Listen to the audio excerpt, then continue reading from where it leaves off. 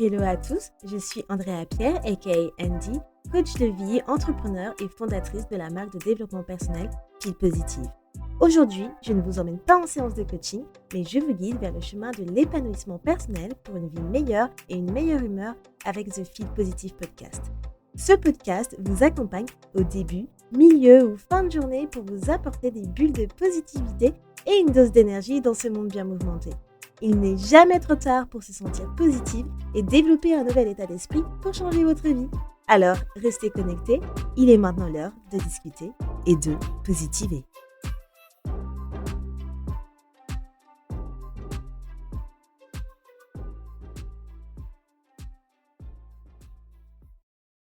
Hello tout le monde, on se retrouve pour un nouvel épisode de Feel Positive. Aujourd'hui, je voulais parler de la quête de validation extérieure. Donc, pourquoi on ressent toujours ce besoin constant d'être approuvé par les autres? Pourquoi on a toujours du mal à avancer sans un regard extérieur qui nous rassure? Et surtout, comment s'en libérer pour s'épanouir pleinement? Et ça, c'est ce qu'on va explorer aujourd'hui ensemble dans cet épisode. Ce qui est marrant, c'est que justement, je vous en ai parlé justement dans l'épisode précédent, dans un de mes conseils pour se détacher du regard des autres. Donc, si vous n'avez pas écouté l'épisode sur le perfectionniste, je vous invite à l'écouter car l'un des conseils que je vous ai donné dans cet épisode, c'était se détacher du regard des autres. Donc, dans un premier temps, d'où vient ce besoin de validation extérieure? Donc, ce besoin-là, il est vraiment ancré en nous. Et en fait, il est lié à notre nature sociale. Donc, on sait très bien que enfin, je dis: «On sait très bien», mais peut-être que vous savez pas. Mais en fait, si vous vous souvenez des cours qu'on a eus quand on était plus jeune sur la préhistoire, on sait que l'appartenance à un groupe, ça fait partie de notre vie, dans le sens où c'était essentiel à notre survie dans l'époque de la préhistoire. Donc être accepté signifiait du coup la sécurité, ça signifiait la protection, ça signifiait le soutien. Et ce besoin, il s'est transformé avec le temps, mais il reste toujours aussi fort dans la société d'aujourd'hui. Et si on retourne dans notre temps d'aujourd'hui, qu'est-ce qui nous a conditionnés à ce besoin-là? Donc, dans un premier temps, on a l'enfance et l'éducation qu'on a eue. Donc, dès notre plus jeune âge, on a été conditionnés à rechercher l'approbation de nos parents, de nos enseignants, de nos amis. Enfin, il y a eu tous ces conditionnements. Il y a toujours eu la recherche de l'approbation d'autrui. Les compliments, les récompenses, tout ça, ça a façonné notre perception de nous-mêmes. Il y a également maintenant, depuis plusieurs années, l'influence des réseaux sociaux. Donc aujourd'hui, avec les likes, les commentaires, les partages, on a ce besoin de validation et ça a pris vraiment une toute dimension nouvelle et aussi une dimension extrême, j'ai envie de dire. Pourquoi? Parce qu'en fait, on est toujours exposé en permanence au jugement des autres. Et ça, c'est pas forcément positif. C'est pas du tout positif même. Et troisième point, c'est que c'est les normes sociétales. La société, on sait très bien comment elle a ce pouvoir de conditionnement. Et la société, elle valorise certains comportements, certaines apparences ou réussites. Ce qui nous pousse du coup à vouloir entrer dans ces moules pour être acceptés. Alors que ces moules, elles ne sont pas forcément faites pour nous, mais on sait que parce que la société, elle nous conditionne et elle approuve et valorise ce type de choses, eh ben, on a l'impression qu'on a besoin d'entrer dans des moules. Mais tout ça, ça n'aide pas et ça renforce en fait ce besoin de validation extérieure qui va nous impacter au quotidien et va nous pourrir clairement la vie. Et si chercher une certaine reconnaissance semble naturelle et normale, en fait, si on en devient dépendant, ça peut vraiment être problématique. Pourquoi? Parce que déjà, ça va entraîner une perte d'authenticité. Donc je vous en parlais aussi dans l'épisode précédent. En fait, au final, vous allez finir par faire des choix en fonction des attentes des autres plutôt que de vos véritables envies. En gros, par exemple, vous allez peut-être faire créer des business parce que la société a dit que oui, ces business-là, ça fonctionne ou quoi que ce soit, alors que ce type de business, c'est pas peut-être un business qui est aligné avec vous. Vous allez suivre peut-être, je ne sais pas, certaines personnes, certaines tendances que les gens font, alors que c'est pas forcément quelque chose qui vous anime. Donc, en gros, vous souhaitez la validation extérieure par certaines choses et vous perdez votre authenticité naturelle, vous perdez votre être, votre essence. Vous n'êtes plus la même personne. Vous essayez simplement de rentrer dans des moules, dans des cases qui ne vous correspondent pas, donc vous avez cette perte d'authenticité. Vous n'êtes pas vous-même. Et c'est important parce que cette perte d'authenticité, elle est encore très, très récurrente aujourd'hui, très, très, très présente. Et souvent, les gens se rendent compte trop tardivement que, bah, en fait, j'ai fait ça, mais c'est pas quelque chose qui me correspondait. Tout ça parce qu'en fait, ils souhaitaient la validation extérieure des autres. Hem, un autre danger de cette validation extérieure, c'est le manque de confiance en soi, en fait. Si notre estime repose uniquement sur l'opinion extérieure, on devient vraiment vulnérable aux critiques. C'est-à-dire qu'on veut tellement, en fait, être approuvé par les autres qu'au final, si une personne vous critique, vous le prenez personnellement. Et c'est pour ça que je vous parlais dans l'épisode précédent sur le perfectionniste que connaître votre valeur, c'est important. Parce que quand vous connaissez votre valeur, rien ne vous atteint. Et vous êtes vous-même, vous êtes authentique, vous reflétez et incarnez vos valeurs. Mais par contre, le fait est que vous reposez votre estime personnelle sur l'opinion extérieure, vous devenez beaucoup plus vulnérable et sensible aux critiques et tout va vous atteindre. Donc ça va amener à un manque de confiance en soi parce que le manque de confiance en soi est très corrélé à l'estime personnelle. C'est 2 choses différentes, mais elles sont corrélées. Et mon troisième point, c'est le stress et l'anxiété. Donc là, encore une fois aussi, la peur du jugement peut vous empêcher d'oser, de prendre des risques ou d'élargir votre zone de confort, en fait.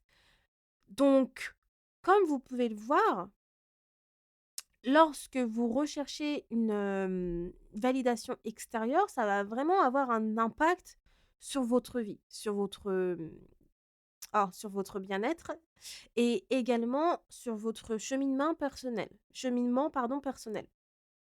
Et puis soyons honnêtes, on ne pourra jamais plaire à tout le monde, clairement. Stop being a people pleaser. Parce que clairement, vous n'allez jamais plaire à tout le monde. J'ai fait également un épisode sur le syndrome de la gentille fille que je pourrais link dans cet épisode, dans la description de cet épisode. Peu importe ce que vous faites, que ça soit bien ou mauvais, vous allez toujours être critiqué. Pourquoi? Parce qu'il y a toujours des personnes qui vous critiqueront. Et en fait, c'est quand les personnes critiquent, c'est simplement le reflet de leur propre insécurité et leur propre peur. Mais rechercher la validation extérieure, c'est une perte de temps parce qu'il il y aura toujours une personne qui ne vous aimera pas en fait. Parce que les gens, ils sont jaloux, les gens, ils ont leur propre insécurité, les gens, ils se plaignent, les gens, en fait, ils envient l'autre vie des gens et en fait, c'est simplement une réflexion de leur propre peur et leur propre fait qu'ils ne soient pas heureux. Donc une personne qui va critiquer la vie d'une autre personne ou pas mal de choses, mais c'est parce qu'en fait, elle n'est pas satisfaite de sa propre vie, en fait, tout simplement. C'est facile de critiquer les autres lorsque vous regardez pas, en fait, ce qui se passe dans votre propre vie.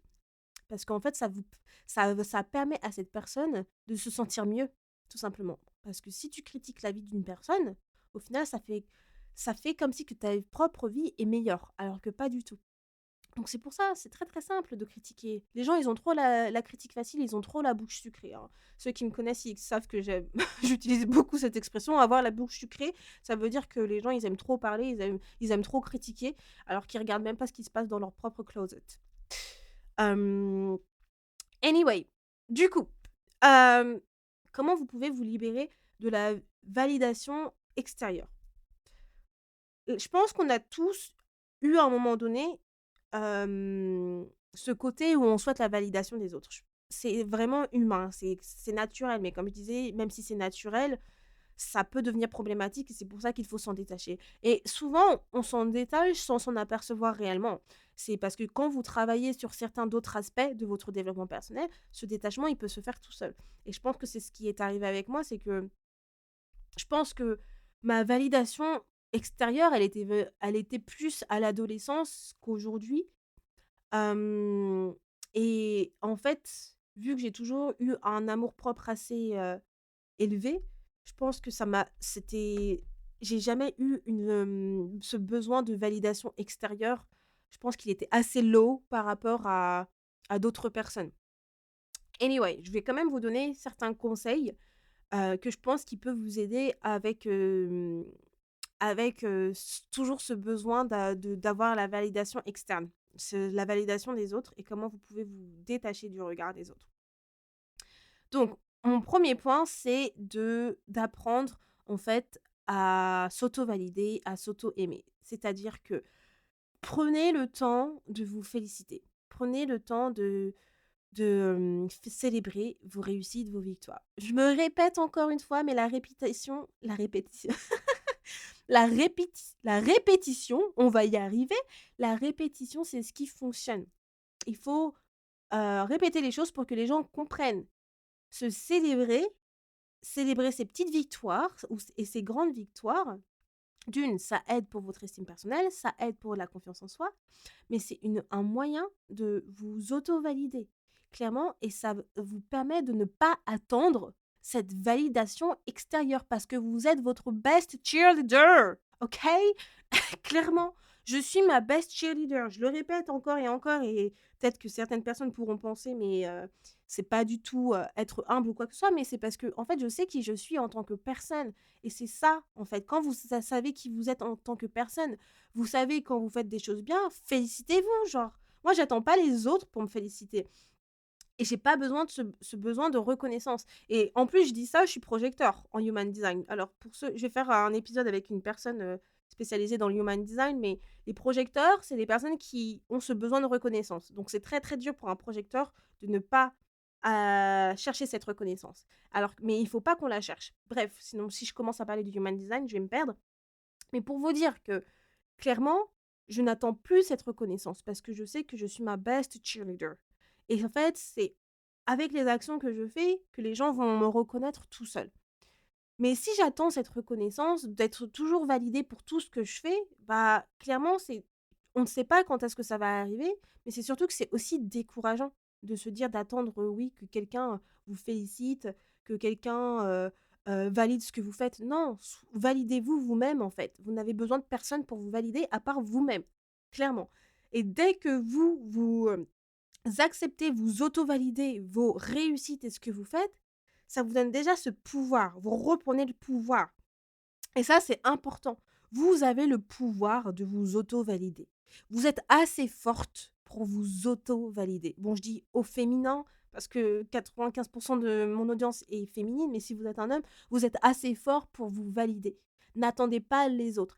Et ce que je parle en tant que personne et aussi en tant que au niveau professionnel. Au niveau professionnel, je sais qu'on veut tous une reconnaissance. Là, je parle en tant que salarié. On veut tous avoir une augmentation, on veut tous être promus. Mais ce que je veux dire, c'est que ne soyez pas là à l'attendre. Vous savez que vous souhaitez peut-être une reconnaissance, mais ne l'attendez pas. Plutôt, concentrez-vous sur les actions que vous faites. Mais vous n'avez pas à l'attendre. Plus vous faites des actions, plus la reconnaissance va venir. Parce que les gens, vous allez vous faire remarquer. Donc forcément, plus vous vous faites remarquer, plus la reconnaissance, si vous êtes dans une bonne boîte, vos supérieurs vont le voir. Et c'est exactement cela. C'est-à-dire que moi, dans mon taf actuel, en tant que salarié, ça fait 4 ans que j'y suis, un peu plus de 4 ans, j'ai été promue 3 fois. J'ai été promue 3 fois, j'ai gagné 2 trophées et cette reconnaissance, comment je l'ai gagnée? Je l'ai simplement gagnée en faisant mon taf.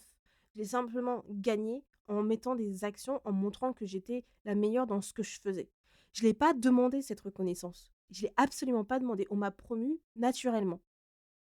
On m'a donné un nouveau taf là aussi naturellement. J'ai fait une mobilité interne parce que tout simplement, on croit en moi, on sait que je suis capable, on sait que je suis bonne dans tout ce que je fais. Mais je n'ai pas demandé de reconnaissance, j'ai pas demandé de promotion ou quoi que ce soit, ni d'augmentation. C'est qu'on me l'a donné naturellement. Je fais simplement mon taf, je sais que je suis bonne, je montre simplement que je suis bonne. Je mets les actions pour montrer que je suis bonne. C'est tout.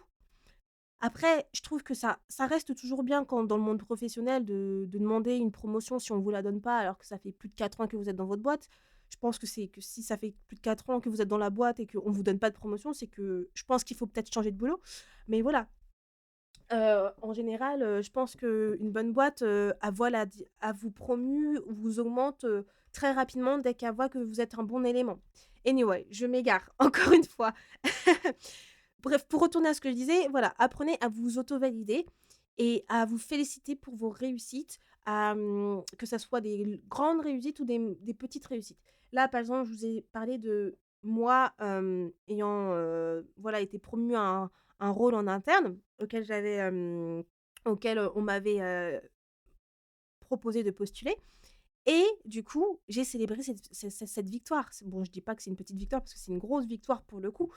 Et j'étais extrêmement contente, mais je me célèbre moi-même. Dans mon carnet de gratitude, ce que j'écris, c'est: «Je suis trop fière de moi d'avoir été promue à ce rôle en interne. Je remercie l'univers de m'avoir donné ce rôle en interne» et je me suis félicitée. Là, je vais m'acheter des nouvelles chaussures parce que je le mérite et c'est que je l'ai fait on est allé au restaurant avec mon chéri. Enfin bref, je me félicite tout le temps pour tout ce que je fais. Donc je prêche vraiment ce que je vous apprends et c'est un moyen pour moi de reconnaître la personne que je suis, mais de reconnaître mes efforts, mes réussites, mais de montrer de quoi je suis capable et que en fait, je suis juste amazing. Et il n'y a rien de mal, encore, je le répète, à vous dire que vous êtes amazing. Ça ne veut pas dire que vous en êtes moins humble, c'est juste que vous savez qui vous êtes, vous savez votre valeur personnelle. Mon deuxième conseil, c'est pour vous de développer justement, toujours en relation du coup avec l'estime de soi, c'est de développer votre estime de vous-même, votre estime personnelle. Donc en fait, travaillez sur vos valeurs, travaillez sur ce qui est important pour vous. Ça, c'est vraiment l'étape number one du développement personnel, de travailler sur soi. La connaissance de soi, c'est la base de base. Si vous ne vous connaissez pas, vous ne savez pas euh, où avancer en fait. Et le travail des valeurs, ça fait partie de la connaissance de soi et ce qui est important pour vous également. Là, posez-vous les bonnes questions. Est-ce que cette décision, par exemple, me rend heureuse? Ou est-ce que je prends cette décision pour qu'elle puisse plaire aux autres? Donc là, par exemple, si vous vous dites que vous prenez cette décision parce que vous souhaitez qu'elle plaise aux autres, c'est pas une décision qui est alignée avec vous, avec vos valeurs. Là, c'est une réponse qui vous dit que vous prenez cette décision simplement pour la validation externe. Et c'est important de développer une, estime de soi solide parce que comme je disais encore une fois, quand vous savez qui vous êtes, vous n'avez pas besoin de la validation extérieure. Vous savez qui vous êtes, vous savez ce qui est important pour vous. Donc les autres, vous vous en fichez. La connaissance de soi, c'est un module qu'on travaille en profondeur dans mon programme de développement personnel RISE. Donc si vous souhaitez avancer dans votre développement, personnel, évoluer et que vous aujourd'hui, n'arrivez pas en fait justement à évoluer, vous êtes bloqué et vous êtes bloqué dans certaines problématiques de votre vie, mon programme de développement personnel RISE peut très bien vous aider avec ce type de problématique. On regarde vraiment en profondeur certaines thématiques du développement personnel et en complément de cela, vous travaillez également sur votre bien-être et sur vos objectifs. Donc mon programme, il vous permet réellement de créer la vie alignée avec ce que vous voulez, avec les objectifs et de créer des actions justement alignées à vos objectifs sans compromettre votre bien-être. Troisième conseil, c'est d'accepter que le regard des autres, en fait, ne vous définit pas. Très important. Ce que les autres pensent de vous est souvent plus révélateur de leur propre insécurité et peur que votre propre valeur personnelle, votre propre valeur réelle. Je vous l'ai dit ça tout à l'heure. Les gens, s'ils critiquent, si ce qu'ils pensent de vous, ne le prenez pas personnellement. Souvent, c'est leur propre insécurité, c'est leur propre insatisfaction et leur propre peur. Et ça, on le voit souvent parce que, par exemple, si vous parlez d'un projet professionnel que vous souhaitez entreprendre à une personne, à une amie ou même quelqu'un de votre famille, on voit directement si cette personne elle reflète ses peurs et insécurités sur vous ou si elle est genuinely contente pour vous et vous encourage. Une personne qui va vous dire: «Oh mais t'es sûr que c'est une bonne idée? Tu vas engager de l'argent, ça va te prendre du temps» et cetera. Ça, c'est une personne qui projette ses propres insécurités et ses propres peurs. Pourquoi? Parce qu'elle pose ce type de questions-là, mais en fait, est-ce que ça vous regarde ce type de questions? Si au contraire, vous souhaitez entreprendre ce genre de choses, c'est que vous avez déjà évalué les pros and cons, les avantages et les inconvénients de ce projet et vous vous lancez, en fait. Vous justement, vous élargissez votre zone de confort, vous prenez des risques et en fait, c'est les propres insécurités de la personne parce que cette personne n'a peut-être jamais pris de risque de son côté et vous essayez de changer les choses. Vous essayez de devenir une nouvelle personne, the best version of yourself, alors que cette personne, elle est toujours au même stade. Donc, elle va projeter ses propres insécurités, ses propres peurs, mais aussi ça va engager de la jalousie. Pourquoi? Parce qu'elle, elle n'aurait jamais peut-être osé. Donc, acceptez que le regard des autres ne vous définit pas. Clairement, il faut vraiment que vous lâchiez prise sur le jugement extérieur et que vous vous concentrez sur ce qui vous rend vraiment heureux, ce qui vous rend vraiment aligné. Mon quatrième conseil pour vous et mon dernier conseil, du coup, c'est de réduire l'impact des réseaux sociaux. Donc, ça, c'est pas nouveau. Je vais vous faire un épisode aussi sur le danger des réseaux sociaux prochainement. Et je ne crache pas sur les réseaux sociaux, clairement, ce serait hypocrite de ma part. Mais vous savez, si vous m'écoutez depuis longtemps, je vous ai déjà parlé de ce que je pense des réseaux sociaux. J'ai commencé à être sur les réseaux sociaux simplement il y a 10 ans. Il y a 10 ans, ça on dirait que ça fait longtemps, mais il y a 10 ans, j'avais simplement 20 ans. Donc c'était très tard. Donc quand je dis que j'ai commencé, c'est que même pas en fait. En fait, je dis n'importe quoi. J'ai commencé à 22 ans. Ouais, quand j'ai commencé mon master, donc il y a 8 ans. Ouais, donc à 22 ans. C'est là où j'ai commencé à avoir un compte Instagram, un compte pas TikTok, qu'est-ce que je raconte, ça existait enfin c'était pas très populaire, Snapchat, heu, Facebook. À cette époque-là. Donc très tardivement, j'ai commencé les réseaux sociaux. Si je n'avais pas fait mon master, je n'aurais pas eu de réseaux sociaux. Pourquoi? Parce qu'en fait, c'est qu'on avait un cours de social media dans mon master et d'où la création de réseaux sociaux puisqu'on apprenait les stratégies. Anyway, tout ça pour dire que il est important de se poser des limites sur la consommation des réseaux. Avec les algorithmes encore aujourd'hui, on sait très bien qu'ils vont favoriser pas mal de contenus qui peuvent impacter votre santé mentale et votre bien-être. Donc c'est important de prendre du recul sur les réseaux sociaux parce que aussi les réseaux sociaux, ce n'est pas la vraie vie. Les réseaux sociaux, ce n'est pas la vraie vie. Combien de fois il faut le répéter? Ce que vous voyez ne reflète pas forcément la vie des gens à 100%. Et surtout, c'est que les gens veulent montrer toujours cette belle image sur les réseaux sociaux. On parle très peu des choses qui ne vont pas euh, ou quand on va pas bien, des choses comme ça. On va montrer simplement ce qui va bien. Je dis «on» parce que voilà, je parle de toutes les personnes en général sur les réseaux sociaux et hem et donc du coup, quand vous voyez ça, bah, forcément, ça a un impact parce que vous avez l'impression que la vie des gens est parfaite, alors que pas du tout, OK? Hem, la vie des gens n'est pas parfaite. C'est facile de montrer simplement ce qu'on a envie de montrer. Après, clairement, moi, je vous montre, ma vie en général, je fais pas de j'ai une vie très simple, hein. J'ai pas une vie extrêmement excitante et ça me correspond. Ça me va très bien ainsi.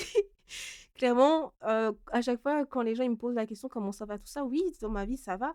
Clairement je suis, en fait, le fait est que j'habite en Angleterre, j'ai pas 30 millions d'amis, clairement. Tous mes amis sont en France et j'ai quoi? Une ou 2 amies simplement en Angleterre. Donc ma vie elle est sans drama, elle est vraiment simple, pour le coup. Non, j'en rigole, mais c'est parce qu'en fait, souvent, on me demande, on m'avait posé la question: «Est-ce que tu montres tout sur les réseaux sociaux?» Non, je montre pas tout, dans le sens où je suis quelqu'un de très low key, très discrète et que je veux pas tout montrer de ma vie parce que je passe pas ma vie sur les réseaux sociaux. Je suis sur les réseaux sociaux pour mon business, simplement pour mon business. De développer une communauté engagée et bienveillante, de vous transmettre des messages forts et impactants, de pouvoir développer et aider en fait, aider les femmes à pouvoir, favoriser leur bien-être et évoluer dans leur développement personnel. J'ai pas d'autres intentions dans les réseaux sociaux. Je ne suis pas là à scroller, les posts des gens, les stories et cetera. J'ai pas le time, en fait, pour ça. Mon temps, je l'utilise pour autre chose. Donc, je vais pas passer ma vie en story à vous montrer ce que je fais tous les jours. Je vous parle souvent des choses et quand je suis pas bien, je vous le dis également, hein. Je vous dis: j'ai passé une sale nuit» ou «Je suis pas très bien», des choses comme ça. Je vous montre ce genre de choses parce que je veux que vous voyez que oui, parfois j'ai des coups de down. Mais en fait, quand je dis que ma vie, elle est simple, c'est que j'ai une vie sans drama parce que je me mets hors du drama clairement. Tout ce qui est drama, tout ça, je ne le veux pas, gossip et cetera, ça fait plus partie de ma vie. Donc je suis à un stade de ma vie où ouais, j'ai une vie tranquille et c'est pour ça que voilà, j'ai pas de choses, extrêmement dramatiques à montrer en story, en fait. Genre, clairement, ma vie, elle est vraiment simple en Angleterre, donc voilà. Et puis, j'ai pas envie de montrer une vie extravagante parce que c'est pas non plus la personne que je suis. Voilà, je vais vous montrer un peu quand je pars en vacances et cetera, ces petits genres de choses, mais je suis quelqu'un de simple, voilà. Hem, mais oui, pour retourner sur réduire l'impact des réseaux sociaux, c'est que voilà, il faut aussi que vous preniez, en fait, du recul sur l'image que l'on donne, en fait, en ligne et à ne pas chercher, en fait, à correspondre à un modèle imposé. Parce que ça, souvent, je pense que quand vous voyez qu'il y a des images, de femmes qui sont très mises en avant en ligne, bah, vous avez l'impression que vous souhaitez votre, état d'esprit, vous souhaitez devenir cette personne-là.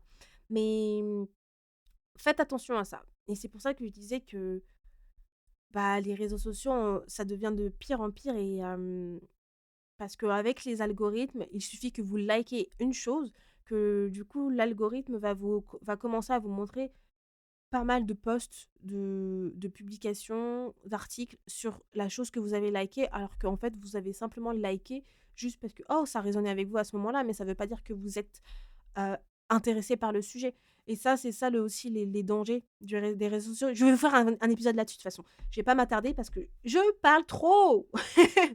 Donc, je vais juste répéter mes 4 conseils pour, vous libérer en fait de la validation extérieure. Donc, je disais que c'était le premier d'apprendre en fait à s'auto-valider vous-même, vos réussites et tout. Le deuxième, c'était de développer une meilleure estime de soi. Le troisième, c'est du coup d'accepter que le regard des autres, en fait, ne vous définit pas. Et le quatrième, c'est de réduire l'impact des réseaux sociaux, parce que tout ce qui est, montré en ligne n'est pas forcément, réel et que en réduisant votre impact, ça vous aide à ne pas essayer, de chercher, en fait, un modèle imposé.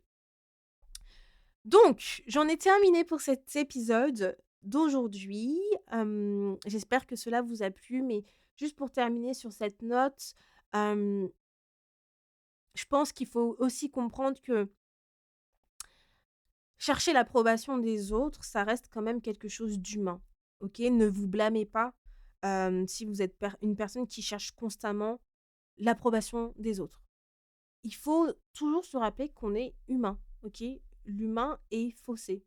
Je sais pas si ça se dit, mais en gros, pour vous dire qu'on est de base, faussé dans le sens où on fait des erreurs, on est fait d'erreurs, clairement. On est fait de péché, clairement. L'histoire d'Adam et Ève, ça a commencé avec un péché, hein. Bref, mais du coup, ce qu'il faut prendre en compte, c'est que même si c'est humain de demander la validation extérieure, il faut pas que vous en deveniez dépendant. Parce que ça peut vous éviter de vous épanouir pleinement et d'être aligné avec ce que vous souhaitez et vous voulez vraiment. Et c'est en fait en apprenant à vous valider vous-même, d'accord, que vous allez gagner en confiance, en sérénité et avoir plus de liberté aussi. Parce que vous n'allez pas avoir cette impression d'être dans une prison ou d'être dans des cases que vous essayez de remplir. Voilà, voilà les amours. Merci d'avoir écouté cet épisode jusqu'au bout pour les personnes qui l'ont fait. Votre soutien est clairement incroyable. Je vous remercie beaucoup encore une fois. J'ai beaucoup de gratitude pour toutes les personnes qui écoutent mon podcast et qui sont fidèles à mon podcast. Surtout, n'hésitez pas à me DM sur Instagram. Vous savez que j'adore discuter avec vous. Vous êtes de plus en plus à m'envoyer des petits messages. Ça me fait trop, trop plaisir de vous parler, de vous donner des conseils tout ce genre de choses. Donc voilà, n'hésitez pas à me parler sur Instagram, à Feel Positive Official, et aussi à vous abonner à ma chaîne YouTube qui est Feel Positive Official également, où je fais un peu des vidéos un peu plus différentes. Bon, ça fait longtemps que j'en ai pas fait, mais je compte revenir bientôt. Bref, en tout cas, j'espère que cet épisode vous a plu, que ça vous a apporté des clés pour mieux comprendre et dépasser ce besoin de validation, d'appartenance. Si vous avez aimé, n'hésitez pas à le partager et à me laisser un avis sur la plateforme qui accepte des avis. Et sur ce, je vous dis à lundi prochain pour un nouvel épisode. Ciao! Merci beaucoup de ton écoute et d'être resté avec moi jusqu'au bout.